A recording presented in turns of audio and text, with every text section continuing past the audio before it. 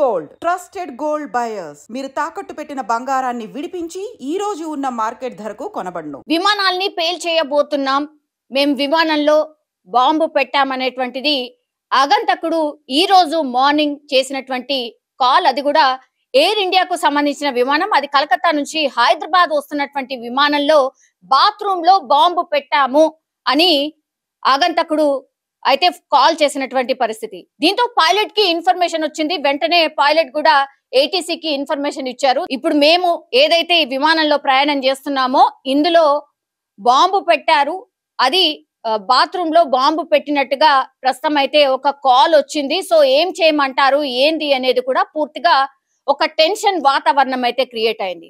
దీంతో అధికారుల అప్రమత్తమైనరు. అట్లాగే ఈ ఎయిర్ ఇండియా విమానం గాల్లో ఉన్నంత వరకు కూడా ఒక టెన్షన్, ఎందుకంటే ప్యాసింజర్స్ కి ఈ విషయాన్ని చెప్పలేరు ఒకటి.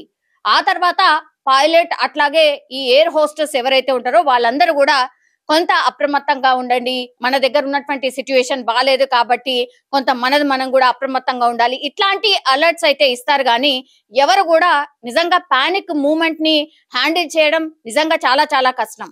ఒకవేళ నిజంగానే ఆ బాంబ్ ఉండి ఇంకేమన్నా అయితే తెలియదు. కానీ ఇప్పుడు ఆ విమానం ఎప్పుడైతే హైదరాబాద్ లో ల్యాండ్ అయిందో 4 గంటల పాటు ప్యాసింజర్స్ అందరినీ కూడా దించిన తర్వాత వాళ్ళ బ్యాగ్స్ కి సంబంధించిన చెకింగ్ క్షుణ్ణంగా జరిగింది.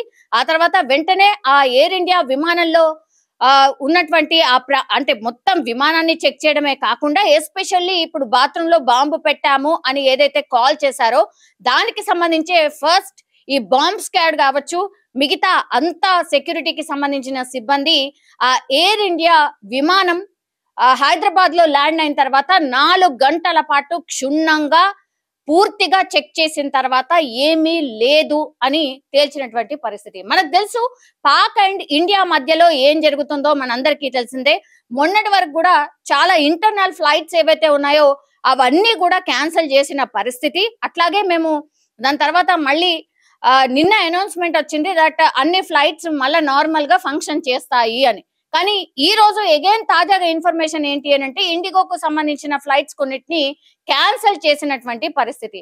సో ఎప్పుడు ఏం జరుగుతుందో తెలియనటువంటి పరిస్థితిలో ఉన్నాము అనేది ఒకటి. ఇంకోవైపు ఏమో ఇప్పుడు బాంబు బెదిరింపు కాల్స్. ఇప్పుడు నేను చెప్పిన ఇన్సిడెంట్ ఇప్పుడు కలకత్తా నుంచి హైదరాబాద్ వస్తున్నటువంటి ఎయిర్ ఇండియా ఎయిర్లైన్స్ కి సంబంధించిన బాంబ్ బెదిరింపు కాల్ కి సంబంధించి ఇది ఒకటే కాదు. ఇప్పుడు ముంబైకి సంబంధించిన ఎయిర్పోర్ట్ కి చాలా ఈమెయిల్స్ వచ్చాయట. మేము 2 రోజుల్లో కొన్ని ఫ్లైట్స్ ని టార్గెట్ చేసాం, బాంబు దాడులు చెయ్యబోతున్నాం, డెఫినెట్లీ ఒక 2 రోజుల్లోనే ఈ బాంబు పేలుళ్ళు ఉంటాయి అని అంటూ ఒక 2-3 ఈమెయిల్స్ వచ్చినట్టుగా ఇప్పుడు అధికారులు చెప్తున్నటువంటి పరిస్థితి.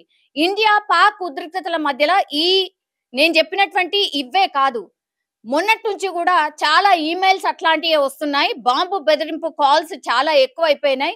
మరి ఎందుకని ఇట్లా అంటే పానిక్ చేయడానికి ఎందుకు ట్రై చేస్తున్నారు, ఎవరు ట్రై చేస్తున్నారు, ఈ కాల్స్ ఎక్కడి నుంచి వచ్చాయి ఏంటి అనేది కూడా పూర్తి స్థాయిలో ఎంక్వైరీ అయితే జరుగుతున్నటువంటి పరిస్థితి. కానీ ఏ దాన్ని కూడా మనము పక్కన పెట్టడానికి లేదు, ఆర్ నెగ్లెక్ట్ చేయడానికి అసలే లేదు. ఎందుకంటే నిజంగానే ఇట్లా వరుసగా కాల్స్ వచ్చాయి అనుకోండి, ఇట్లనే వస్తది ఏమున్నది ఏమీ ఉండదు అని ఒక్కటైనా మనము అంటే లైట్ తీసుకున్నామా, ఆ ఒక్కటే మన పాలిట శాపంగా మారితే మాత్రం ఇంకంతే. అంటే అమాయకుల ప్రాణాలు గాల్లే కలిసే అవకాశం ఉంటుంది. అండ్ అట్లా చెయ్యరు. బట్ స్టిల్ అంటే ఎన్నో ఈమెయిల్స్ వస్తున్నాయి, ఎన్నో టైమ్స్ ఇట్లాంటి బెదిరింపు కాల్స్ వస్తున్నాయి, ఏమైనా జరిగిందా ఇప్పటి వరకు అని లైట్ తీసుకుంటే మాత్రం అది డేంజరస్ గా మారే అవకాశం ఉంటుంది. కానీ ఈ మధ్య కాలంలో మాత్రం ఇట్లా ఫ్లైట్స్ కి బాంబు పెట్టాము, బాంబు బెదిరింపు కాల్స్ ఈ మధ్య కాలంలో చాలా ఎక్కువగా పెరిగిపోయినట్టుగా